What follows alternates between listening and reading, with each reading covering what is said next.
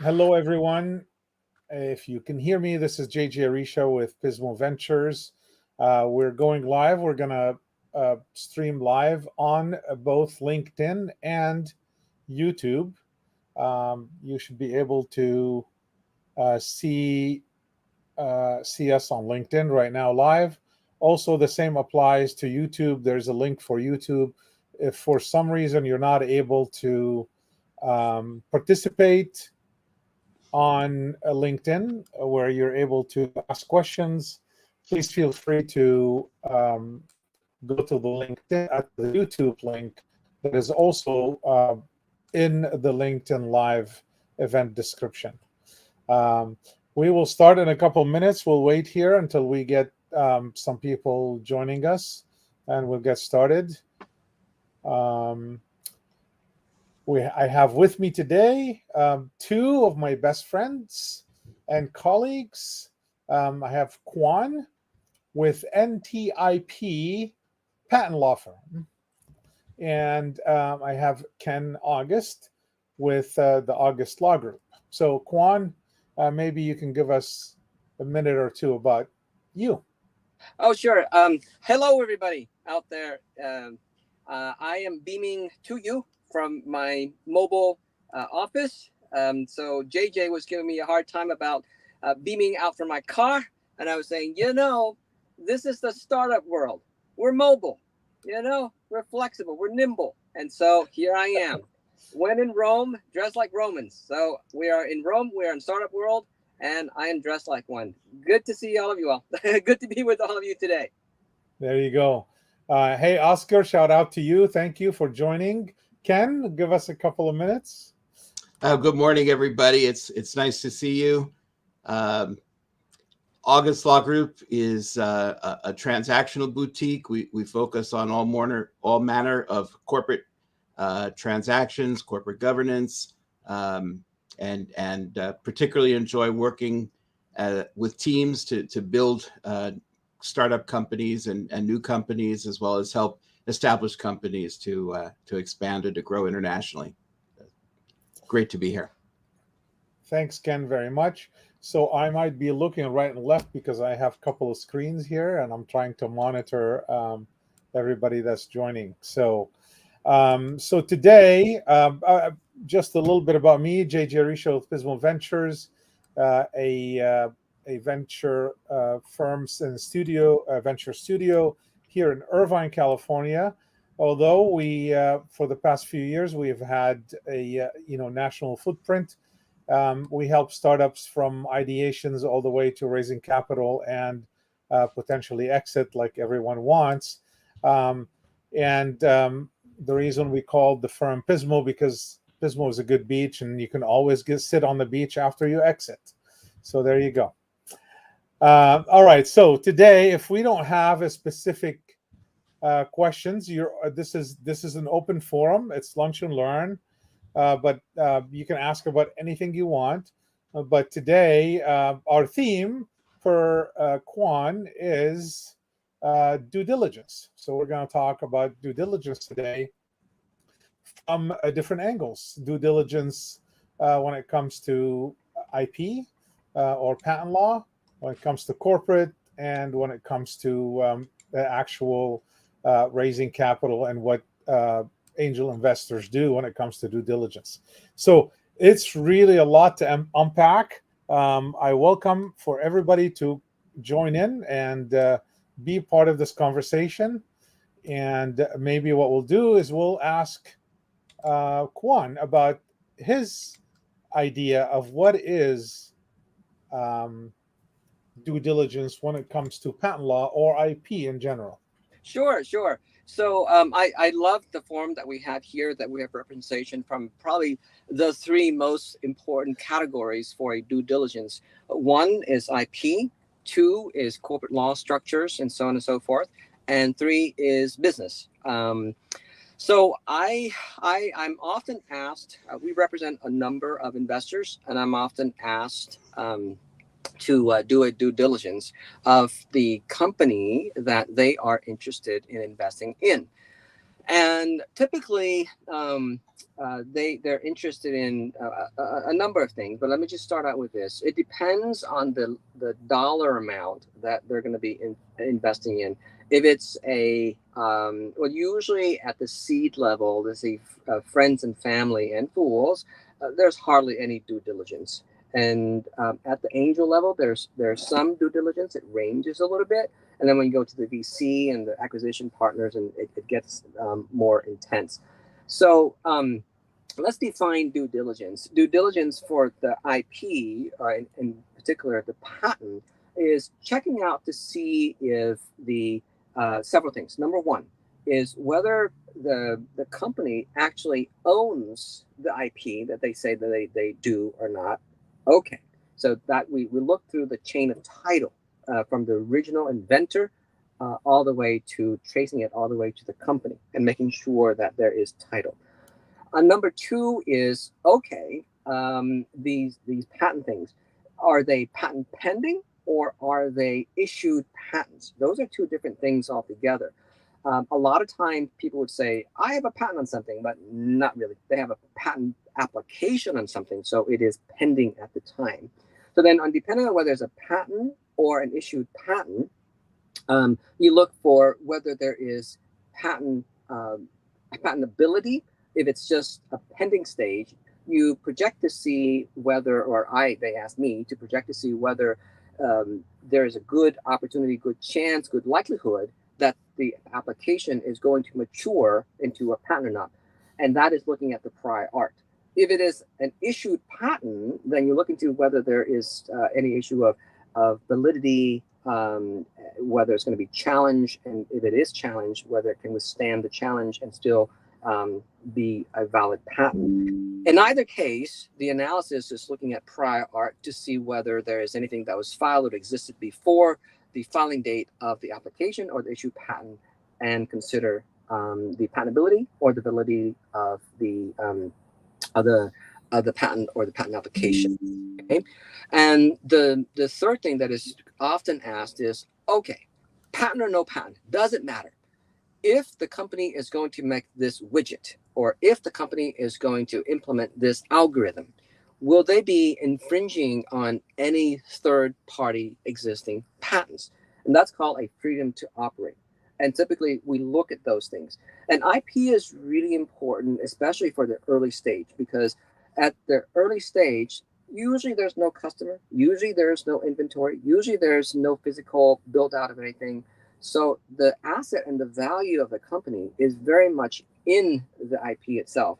And at times, it could be said that the early stages, IP is worth about, in terms of appraisal and valuation, is worth about 90% of the company because there's nothing else. So in a nutshell, that's what it is. And I want to just put those topics on the table, but then I want to give Ken a chance to also talk about the due diligence issues that he looks at, and then we'll dig into some of these in more details. All right, go ahead, Ken.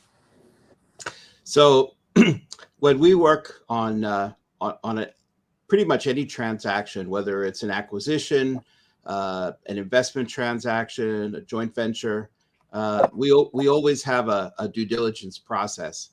And what I find is that the trick to due diligence is making sure that you have a very organized and comprehensive way to do it.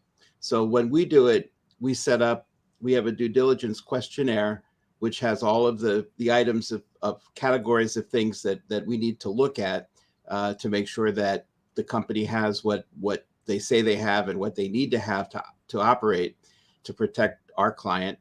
And then we usually will have them populated into a Dropbox or some other shared storage facility. And then everybody has access to it that's granted permission to look at it. And you line it up so that the numbers on the folders in the shared storage match the numbers on the questionnaire. And it makes it very easy for people to look at things.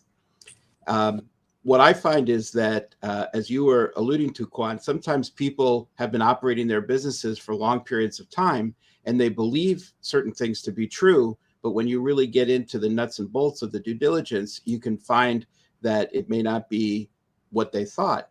And I remember there was one transaction I was working on. It was, hundreds of millions of dollars transaction, and one of the core pieces of their operations was a particular license.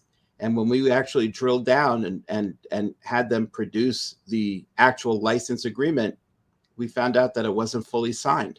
So they were working on a license that wasn't executed. And obviously that's a risk to anybody that's investing in or buying that company. And those are the kinds of things that really make due diligence important. And so we urge our clients to go through the process in advance of a transaction where somebody else is looking at it, so that they know from nuts to bolts that everything is clear, everything is there that needs to be there. There aren't any holes that are going to come up and potentially kill a transaction while it's in process. JJ, any thoughts on the business strategy in terms of presenting everything ready to go for due diligence on your site? Well, that's when it comes to the due diligence, as an angel investor, and as we look at the any company that's looking to raise capital, what we do is we really look at everything, starting with freedom to operate. if they have a patent, or they're filing for a patent, have they done their homework? Um, so there is a process um, um, that we go through at Pismo Ventures to help companies be prepared for that due diligence process that they would go through when it comes to the investors, either VCs, micro VCs, angels, or anyone who's looking to invest in them. They're going to ask them a question. So, some of the things, sometimes people don't think about this, but one of them is, do you have a history, a criminal history? So we, they need to be, if they do, they need to be very straight and upfront about it. If they have any kind of record, and I've seen it time and again where people just say, you know what, I was this and I did a dumb thing, but here it is, and they're pretty upfront about it, and that's how it needs to be. So background check is one of those things that we look at. We look at, then we go deep into for example, the go to market strategy, how you're gonna get to your customer. We go into the financial due diligence. We look at their finances, and we make sure that the financials projections are correct, and their the assumptions around these financial projections are the right assumptions. And a lot of times, what happens is, I see this so much more than many times than you think, and that is, they try to use their capital raise as part of their revenue, and they show that on their in their projections as revenue instead of capital raise, and then they calculate it as part of their EBITDA, and they're as part of, so which doesn't make any sense. So that's really that tells the investor that maybe this startup, they need maybe a part-time CFO or someone who can help them with this process. So we talk to their customers, because when they go to have due diligence with an investor, that investor is going to talk to that customer. So they're going to pick 3, 4, 5 customers. We talk to them as well and make sure that these are the right customers, and they have the right answers to the right questions, because it's very easy for any investor to pick up on something that's not real, or that's not correct, or if someone is trying to work around having a customer and they really don't have a customer, or having sales and they really don't have sales. And so we go through the process from beginning to end, looking at every aspect of the business, from sales, marketing, talking to customers, background, um, the team. Also, the team is really important. Sometimes what I've seen is, they put advisors or board members on their slide deck, and they're not really part of their board or part of their advisory. And then you pick up the phone, or you look that person up and you call them and you say, how long you've been advising. Oh, I haven't been. Why? Well, you're on their deck. Well, I shouldn't be. These things really, you do want to, as investors are looking for one thing to say no, right? So if they find one thing to say no, they're going to say no. So it's really important um, to make sure the companies are really straightforward about what they're doing.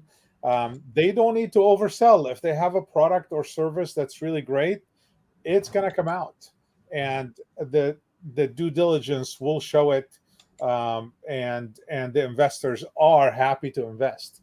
So I hope that answers some of the questions. I'm sure we can talk about this for the next 3 days, but this would be maybe a little bit of an idea. We have some questions for you. We'll start with Todd. Kwan, it looks like there's a question. I'll put it up on the screen. I can do Sure. that. How about that? Here we go.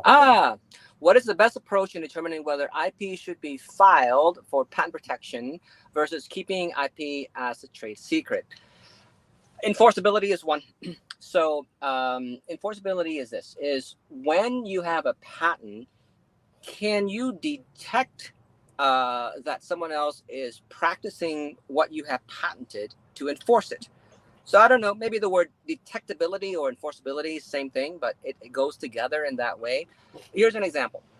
If you have a software that runs and produces an output, and the output is the product being sold or the service being sold, and let's say you have a patent on that algorithm for the software, and a competitor begins to put out products similar to yours or the same as yours, there's no way that you can tell whether they've used the same algorithm as you or not.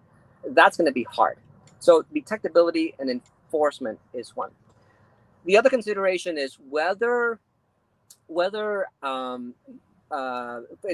going to keep something a trade secret. Let's say that, okay, so you can't really you shouldn't really patent this algorithm or process, because there's no way that you can detect it if someone is working out of their basement and cheating you, and you'll never be able to prove that they're actually using the algorithm. And let's say you're going to keep it a trade secret. Let's say you have something as a trade secret. The consideration for whether you should have something as a trade secret would be um, reverse engineering, the ability for someone to reverse engineer your trade secret. If it is something that is very easy to reverse engineer, then maybe you shouldn't keep it a trade secret, because if the trade secret is reverse engineered, someone does it, you can't do anything about it. That's just the way it is. So those are the two considerations: detectability, enforceability for patenting, and reverse engineering, the ease of reverse engineering. If it's so easy to reverse engineering, then you shouldn't keep it a trade secret. Hope that answers your question. Great answer. Todd, you can follow on with another question if you have. Meanwhile, we'll answer Mohan's question. I don't know if you, uh, maybe Ken, if you know anyone locally for printed circuit boards. I used to do. I don't have anyone right now, but I will probably look into my contacts and see if there's anyone. But there are a couple in Orange County, from what I know. If anyone knows, Ken Kwan. Yeah, I used to have a client that that did that work here in Orange County. I don't know if they're still around doing that, but I could check and see if anything comes up. We could contact Mohan by LinkedIn. Yep, Mohan will reach you by LinkedIn. You can always feel free to reach out to us. I think we have our emails here. You can reach out to us via email as well. Um, any other questions? Please feel free to do so while we are continuing on the due diligence.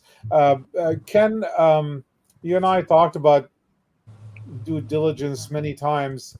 Um, I know you talked a little bit right now about that, but can you maybe expand into when you do due diligence on behalf of a investor, what kind of process do you go through?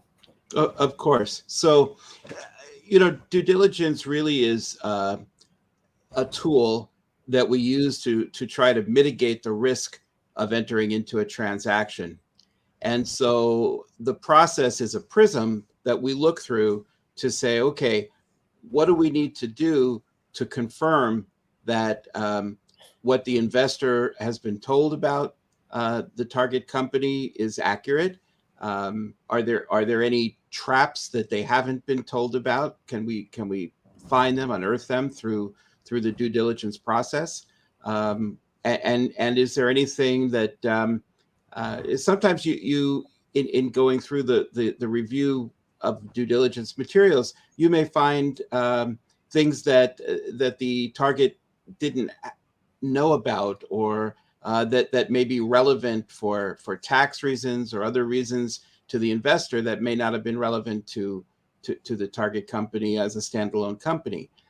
So it's really just trying to review, and I break it into really two parts: a financial due diligence, which can be anything from just simply reviewing financial statements to really going to some sort of a comprehensive quality of earnings type analysis on the company.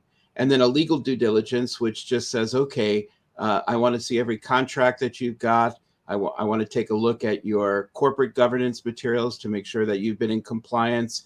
I want to see that you've complied with all state and federal securities regulations from the issuance of your stock, and kind of follow that through. That's a very big trap sometimes. And just make sure that we don't see anything that we feel adds a degree of risk to a transaction that either is a deal killer, or just where that risk needs to be baked into the pricing and the negotiations a little bit more. Very interesting. Go ahead, Kwan, please.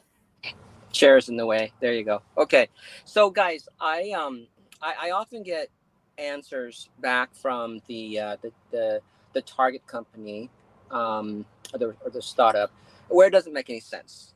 And to be fair to them, I try to see whether it is intentional deception or it's just simple, silly misunderstanding, and because there's just so many areas of expertise that the start the CEO has to tap into, and sometimes to get it wrong. I'll give you an example. A very simple one is they said they have 5 patents. Well, they don't. They have 5 pending applications, and then that is really 1 core patent and then 4 foreign filing countries. So it's really 1 family. So the representations that are incorrect, I try to assess whether it's an intentional deception or just a simple innocent mistake. And so question for you guys is actually 2 questions. What do you do when you encounter situations like that? And secondly, what advice do you have for the startups in preparation for a due diligence to avoid making silly mistakes like that, but also at the same time, if they do, prepare themselves for a reasonable explanation so that they can get through that and not be shut down because of this one particular thing that they supposedly misrepresented? Do you have any suggestions for the startups out there?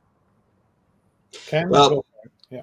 yeah, I mean, as I said before, I think it's a good it's a best practice really to get your due diligence materials up into a room and have somebody like me or somebody else go through it and make sure before you ever give access to it to an investor or to a potential acquirer, just to make sure that there isn't anything in there that could be a problem or that needs to be explained, because oftentimes you can preemptively handle issues by bringing them to the fore and having a good answer, or they can be corrected, and you can take care of something before it becomes an issue that could really be harmful to a deal. The point of the point that I think we need to remember is it's not just about providing due diligence materials, but your transactional agreement is going to have a section in it called representations and warranties. And what it says is that you are making disclosures that your investor or your acquirer are relying on as being true and accurate and complete. And that's the inducement for them to give you either the investment capital or to buy the company. And so the due diligence really is just the backup for those reps and warranties. And so what needs to be done is a full circle analysis to make sure that there's nothing in the reps and warranties that can be crossed up by not having due diligence that supports it, or more importantly, that contradicts what those reps and warranties are. And that ought to be done completely internally with professionals before anybody that is a transactional partner steps into the arena to look at it. I don't have anything else to add to that. I think that's really about right. So Yeah. uh, So what I'm hearing is you want to bring in eyes. You want to bring in extra eyes to stare at it before it goes live, Mhm. basically, right? And those eyes, as much as you can, because there's so many areas of expertise. There's IP, there's corporate, there's finance, and so on and so forth. So you want to bring in the right people to have eyes on those particular areas before you go live. That's really good recommendation. I will add to that. So we're talking about maybe due diligence when an investor, an angel group, or a VC is looking to make an investment, and or maybe someone looking to acquire. But I would say you probably should do all this before you even go pitch or try to sell your company. Uh, Try to have your ducks in a row ahead of time. Absolutely. Absolutely. It's not at the time after someone says, "Oh, now I'm interested," and you go put it in a deal room and then you start answering questions, because you might already mess up before you get there. Well, to that point, JJ, the one common thing that I often hear from my clients is uh, after the fact, I can't believe how much work it was to get through the due diligence, or I can't believe how many documents you asked me to provide. And some of them I haven't seen in 15 years, and I had to really go back and find them. But they're critical pieces of proving, as was mentioned before, either the chain of title to something, or just that you've got the necessary legal elements that you need to be able to be conducting the business as you're conducting it. And so even for a startup, which is a relatively new company, there are so many different facets that you definitely have to do it in advance, because it's not just a question of what you have, but it's also a question of figuring out what you don't have, which can sometimes be even more elusive and can be as much of a problem when the real due diligence is being done as something that you have that's incorrect. I'll give a quick example without mentioning any names. So there was this company. This is probably 15 years ago. This company was trying to sell, and a huge conglomerate was paying them $180 million for their technology, and they had everything in place. And this huge company did end up buying them for 180 million. and the entire process from beginning to end was about a 3 months period, which is like extremely fast Yeah. for some huge company to buy. But then about 3 months after that, this company wrote off this business and shut it down Mm. because another huge company uh, released a product into the marketplace that killed, um, what they just bought. And the reason I'm mentioning this, because if that process had taken longer, then that transaction would not have gone through. Because on average, it takes 6 to 9 months, maybe a year, for a potential acquisition to take place. But this acquisition took place in about 3 months because they had all their ducks in a row, and they ended up making a lot of money. But if that transaction had taken just a little bit longer, um, the acquirer would have known at the time that this other huge company was releasing the same product into the marketplace and wouldn't have bought it.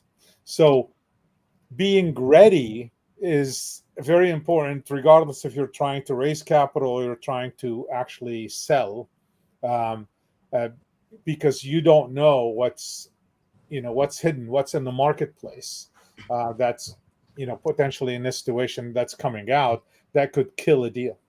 Yeah, that's a beautiful example, JJ. I mean, so in that particular case, there, the company was together, they did a good job, they lucked out, but also at the same time, the company could miss out on opportunities. The startup could miss out on opportunities because investors are human, and they're bombarded with every minute 25 opportunities to invest in something.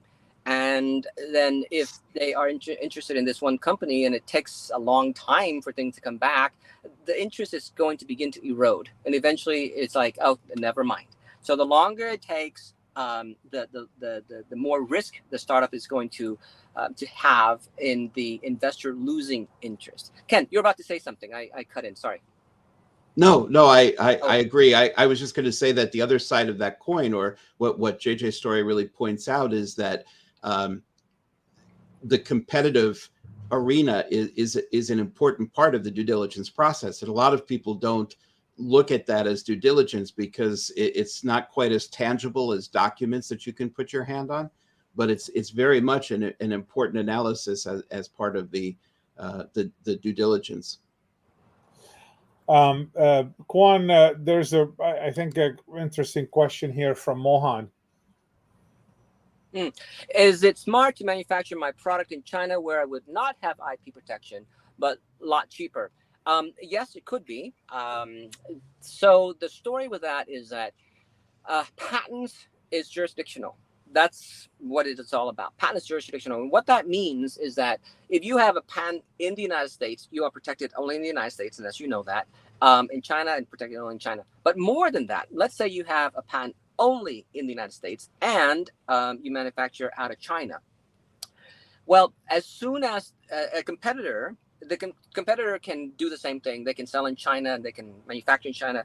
But as soon as a competitor begins to sell your product crossing the U.S. border, that's where you have rights. That's where you have rights. So then, should you spend the money to file in foreign jurisdictions? The sky's the limit. You're looking at China, Japan, Europe, Canada, Australia. The sky's the limit, right? So what you want to do is you want to prioritize and look at your market cap. There are two considerations when you want to look at which countries to go into or to file your patent application into. Number one is, what is your market cap, your market opportunity in that country, that jurisdiction. If China is a huge one, by all means go in China. There's some discussions about that. But let's say Canada is a large market cap opportunity for you, then go there. Now, the other thing is manufacturing. So we have nowadays, it's not just China anymore, but you've got Thailand manufacturing, you've got Vietnam manufacturing, you've got a number of other potential countries that are manufacturing. And then that is a second consideration as to whether you should or should not file patent in that country. Market opportunity and manufacturing. Now, I can tell you this. Trademark is a little cheaper. So if you have a product that is more of a consumer product, to the mass market where the brand matters. If you have like a niche market where you sell it to a B2B, business to business, trademark is not important. But if you have a consumer product, trademark is really important. We have this situation. So it is this particular product is a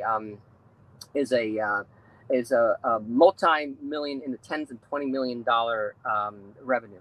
This product here, it is manufactured out of China, and because it is a consumer product, the brand is etched onto the product itself. Out of China, there's an outfit that filed a trademark on that brand, not a patent, a trademark, and they can do that. Okay. And then as soon as they did that, then it created a lot of problem because the manufacturer happened to be in China for this particular company.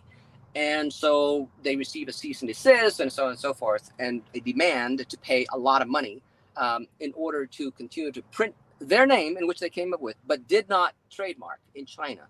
So that's a consideration for you. Not so much as in patent. Let's see, you asked about IP. Okay, so IP includes patent and trademark. For patent, the considerations I gave you before. For trademark, the consideration would be if it is a consumer product, you should consider filing in China as a protection for yourself. I hope that answers your question. Yeah, the other thing I would say to Mohan is that apart from the IP side of it, there are protections that can be written into manufacturing agreements that should be written into them, depending upon where the manufacturer is. But even working with China, which tends to be sometimes more difficult, it's important to make sure that you've got the right language in your agreements to protect you. And as Quan was saying, you may want to look at other alternatives as well. Even in Mexico, you can find some lower cost manufacturing that can be closer to home. It depends what it is you're manufacturing, but definitely you want to look at both the IP regulatory filing side and also your agreements. Very good. Richard, thank you. Any questions you may have, please go ahead and post it. A follow-on question for you, Quan, on this, and maybe Ken as well. So you can get all these patents in the different jurisdictions, as you mentioned, but at the end of the day, you need to enforce it, right? I mean, maybe you could talk about that a little bit, because so should you go after all these patents if you can't enforce it? What are they good for? Yeah, love that question, because it's something that I tell our folks all the time, so that we can set expectations and knowing what we get ourselves into, right? Patents are really expensive, especially in foreign jurisdictions. You're looking at, just to start, $10,000, and then it adds and adds and adds. And by the time you're done with it, just one family or one country is $100,000. Just think of 10, right? So the rationale for a startup to file a patent application and to eventually get patent is not to enforce, is not to sue anybody. The average cost of getting just to the steps of a courthouse is about $500,000. It's hard enough for a startup company, to raise, $100,000, much less $500,000, $500,000, so on and so forth. So the resources of a company should not be used for enforcing patents. So then why on earth file patent applications? It has to do with asset valuation. It has to do with building assets for the company. So when, let's say, a Johnson & Johnson is going to acquire the startup company, they would want to know, two reasons. They want to know, when they put money into the company, is Johnson & Johnson going to have a monopoly on the technology or not, or there are some other competitors that's going to be doing the same thing. That's one. And with that, then, they know that Johnson & Johnson can afford $500,000. It's a drop in the bucket for them. No big deal.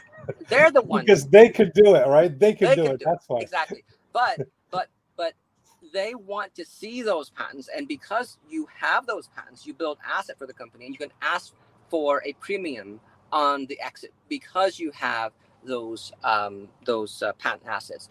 Now, a player like Johnson & Johnson, they're not just a U.S. company. They are a global company, and they've got marketplace across the world that spans many countries. And so then they would want to have enforcement capability in Europe, in Canada, in Mexico, in China, in Japan, and so on and so forth.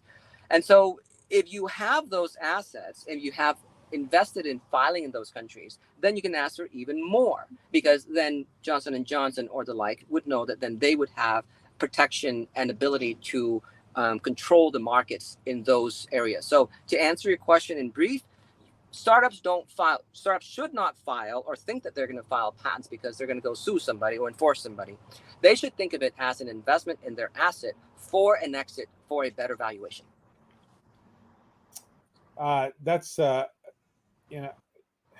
not to give you a compliment, Quan, but that's probably the best answer I've heard when it comes to this. That it makes a lot of sense. Richard says they just filed the PCT application, and your answer is quite relevant. So, all right. Okay, let's see what other questions anyone has. So if there are no other questions, or there are some questions, let me know. But what I would like to do for the next few minutes is to dig deep into the areas of IP that I laid out at the beginning, like an outline of an IP due diligence. So tracing ownership is one. Let me just summarize them. Tracing ownership is one. Looking at patentability is two, whether you can or cannot get a patent eventually because you're only at a pending stage. Having an issued patent is three, whether it's going to be valid or not, if it's going to get challenged. And the fourth one that I want to bring up is alignment. The word is alignment. Whether it's an application, and more importantly, if it is an issued patent. This is what happens a lot, is that when a company first starts out, a seed of an idea, it's a great idea, and it's for the time of 2015, it was the best idea. And they file the application and they get a patent on it. And now it's 2023, 8 years later. Well, innovation is about change. Innovation is about improving. Innovation is about doing things better, right? So the original seed of the patent or the original seed that was used in the original filing that has now matured into a patent may no longer reflect or align with the technology that is being practiced today. So it's irrelevant, right? So what you want to look at for due diligence is that fourth factor, the alignment. If it is aligned, wonderful. You look at the product that is being commercialized these days, and you look at the patent claims that are either issued patent claims or pending application patent claims, and you make sure that they're aligned. If they are aligned, great. If they're not aligned, let's make sure that they're aligned. Okay, so those are the four. I want to go back to the original ownership issue. This is really important for startup to realize, or anybody to realize, but especially for startup. Inventorship is key. Okay, so the definition of an inventor in a patent is just cut and dry. There's no, just because you're an investor, you don't get to be an inventor. There are mechanisms to take care of the investors without having putting the investors on as inventors. If that happens, the patent may end up being invalid. Okay, so an inventor is someone who intellectually contributes to the claim of the patent. Okay, so that is the bar, but I'm not going to go into that detail right now. Now, there is all you need to know is that there are specific requirements to be an inventor. And here's the next thing. When one is an inventor, one automatically becomes an owner or a co-owner. So if you list three people, all three of them are co-owners because they're co-inventors. Automatically, they will become co-owners. Okay, when they're co-owners like that, when a company is looking to buy that company, the startup, one of the challenges, well, if I buy it from this one person, let's say one person assigns it to the company and the other two have not. The other two technically can go sell it to a competitor.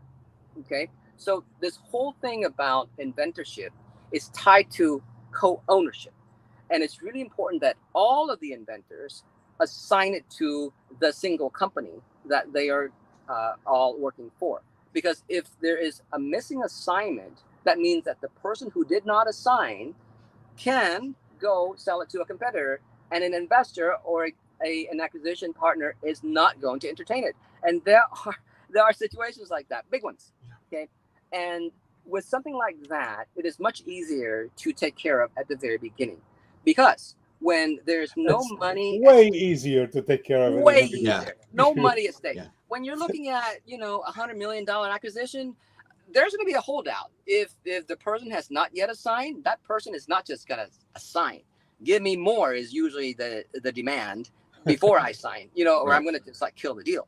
Right. So take care of that thing. So I just wanted to touch on that part of the tracing. And Of, is that a transaction that someone like Ken would do and not you, the actual assignment? So is it's that a both of us. It's Uh, both of us. We have to make sure that these things are in place. Ken, your answer. No, no, I agree. I would I've done that type of work, and I always work with an IP attorney to make sure that all the ends are taken care of. And of course, the question comes up: what happens when the person who didn't assign passes away? How do you clear title? Right. And that has happened. That has happened. You look at the contract. Hopefully, missing an actual assignment, there's a contract in place already.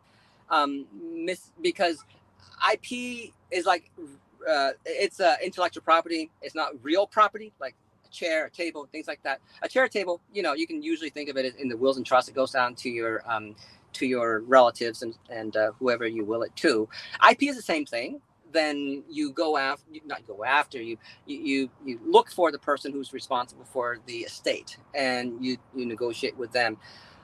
Hopefully there's something at the beginning of the company that says that all the folks who are part of this company agree to assign whatever it is. everything? Yeah, you can go with that, but yeah, it has happened. It becomes really, really difficult. We've had situations where a startup will sometimes add somebody's name to the filing just as a gift. They're just trying to be nice, and they don't realize what they're doing when they add additional people, and they lose track of them, and it can kill a deal. Yeah, it can. So I could tell you from a strategic standpoint, when we're looking at these and we see that a patent is not assigned, and then the co-owners will say, "Oh, we'll assign it when a deal happens." Then we're going to tell them right up front, it's not going to go through. You need to assign it before you actually enter into a deal, because that might kill a deal while you're holding back, and that's going to really have the investors or maybe potential acquirer wonder why you're doing this.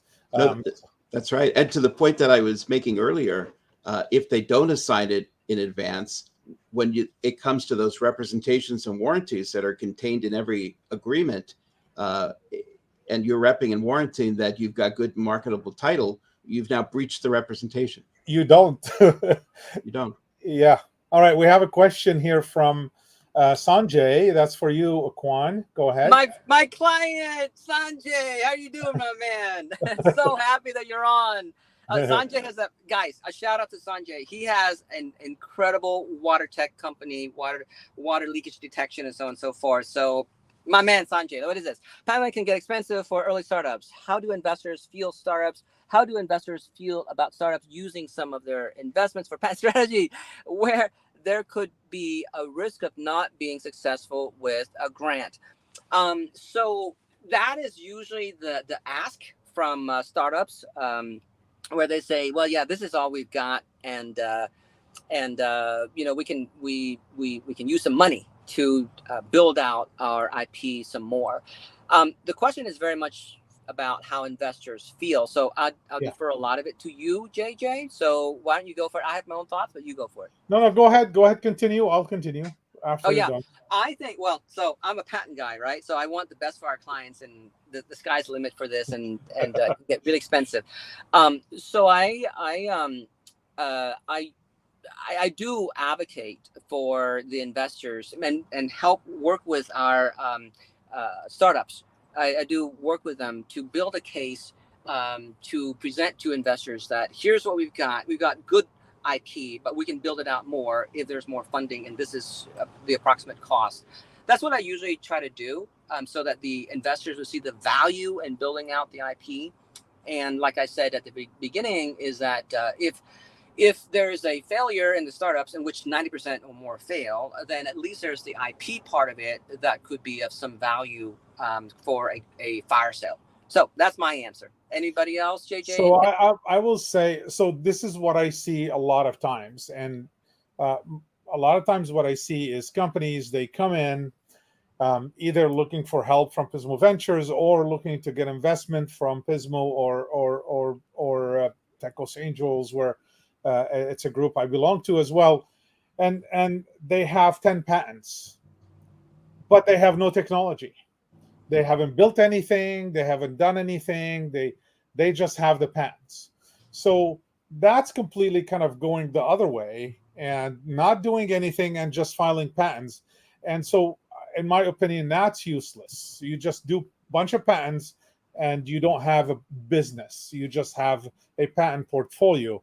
The likelihood of selling that patent portfolio is almost zero by itself. So build a business, and I think what Kwan was saying is right, is build that business and then say, I do have patents. You can always, and again, I don't know, how all the patent stuff works, Kwan knows, but you can start a provisional, or you could do, Kwan the other day told me about a strategy when it comes to patent.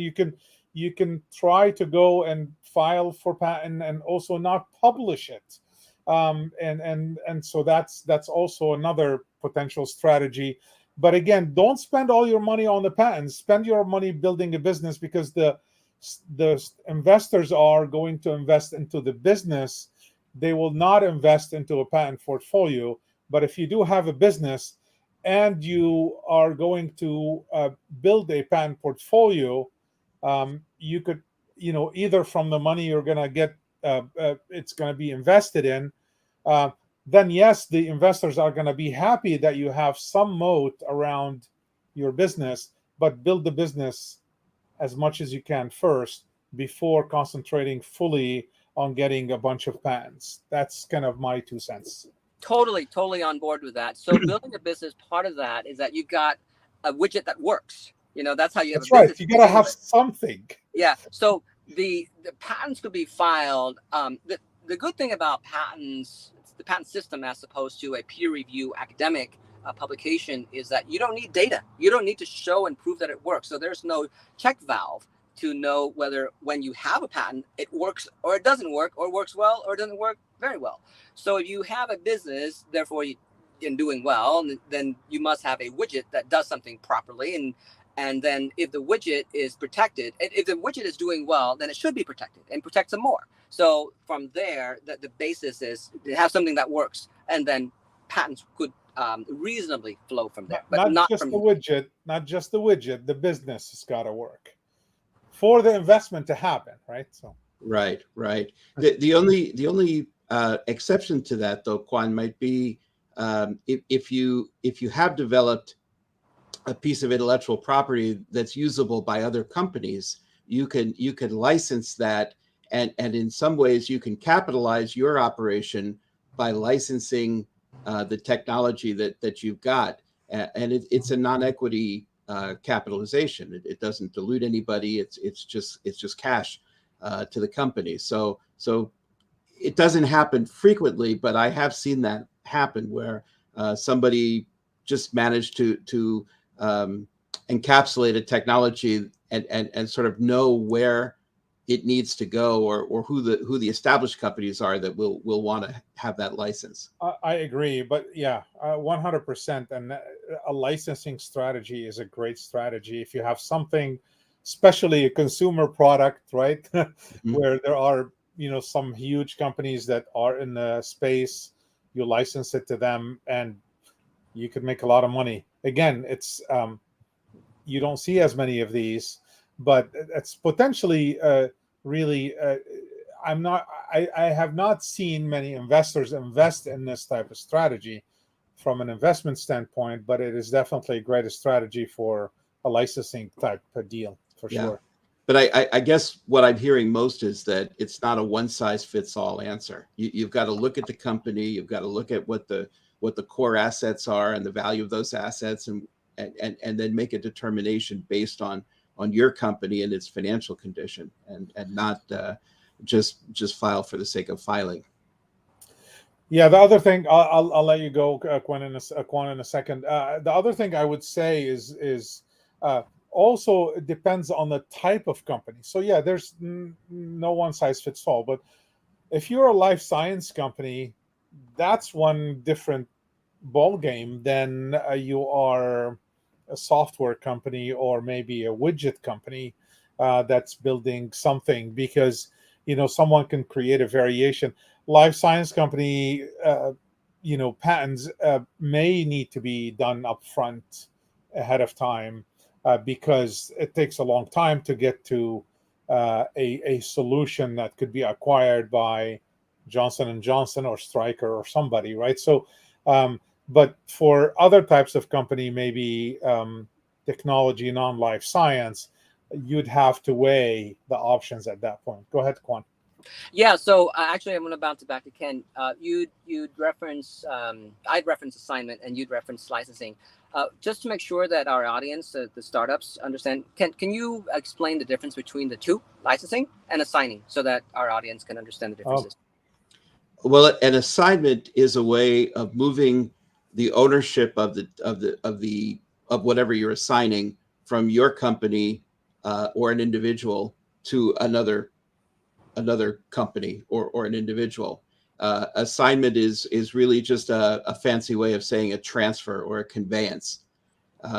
Licensing is where the company that owns the technology keeps those rights, and they are usually by way of charging a royalty of some kind, sort of renting the ability for another company to use that technology themselves. And that license can be either exclusive, which means that you agree that they'll be the only entity that can use the technology, and you won't give any rights to anybody else. Or it can be non-exclusive, where you say, well, I'll license you the rights to use it, but I'm also going to retain the right to license it to multiple other companies as well, perhaps broken up geographically, perhaps not, perhaps in a competitive way. And so tend to think of it as a sale versus a rent of whatever it is that you're either assigning or licensing. Cool. Very interesting. Talking about this, when it comes to university technologies, they usually try to, because they're not trying to build the business, they want to have somebody else build it. They usually try to provide the business with an exclusive worldwide type license. That's what I've seen in general, so that the company can build, whoever's licensing it from the university can build a real business around it. Otherwise, because it takes a long time to build a business, it may not be worth it if they don't have an exclusive perpetual type license. Yeah, but you've got to be careful there, JJ, because there are traps. For example, if you are funded by a particular university program, frequently if you're funded by a government agency, they may retain ownership that you don't realize that they have until they're ready to assert it. And you believe you've built it using their capital. They've given you a grant or something, but you didn't read the fine print. And by the way, they have a perpetual ownership interest in whatever you build using their capital. So Absolutely. you really have to be very careful and go through it with people like Juan that can make sure that what you're getting is what you think you're getting, and you're not giving up something that you're going to wish you didn't later. For the audience, go read up on Moderna. The government tried to do a march in with the patents that they supported. all the COVID and vaccine stuff like that. Big deal. Check out the Moderna situation. Wow, that's amazing. Well, okay. So some people are asking if this is recorded. Yes, so this is recorded. It will be available both on LinkedIn and YouTube. So if you can go back to LinkedIn wherever you joined, it'll be there and it's recorded. And also, if you joined from YouTube, it's also recorded on YouTube as well. Well, it's the bottom of the hour or at the end of the hour, whatever that may be. Thank you guys for the due diligence and the IP and the legal, advice that you provided. I think that was very valuable. I think we will reconvene hopefully the second Tuesday of every month. And so we will see you then. I'll make an announcement before we end. One is, so we have the Startup Symposium for non-life science companies. We started registration about 2 weeks ago. So this will be for November 16th. So it takes time to fill out the application, sign up, and fill out the questionnaire. So please, if you're interested, please go to pismoventures.com and click on the event link, and that'll take you to there, so you can get started from there. And any other announcements from Kwan or Ken? Nope. Other than that, now I have to get back to work. I mean, this was so much fun. I'd rather do this all day long. But I gotta go back to work now. Darn it. All right, Ken, anything from you? No, I just glad that everybody participated and hope it was worthwhile, and look forward to continuing this dialogue. Yes, please, if you have any questions for Ken, for Kwan, or myself, the emails are on the screen. Please feel free to reach out to us. I would be happy to help. Thank you very much, and we will see you all next time. Bye-bye. Thanks, JJ, for putting this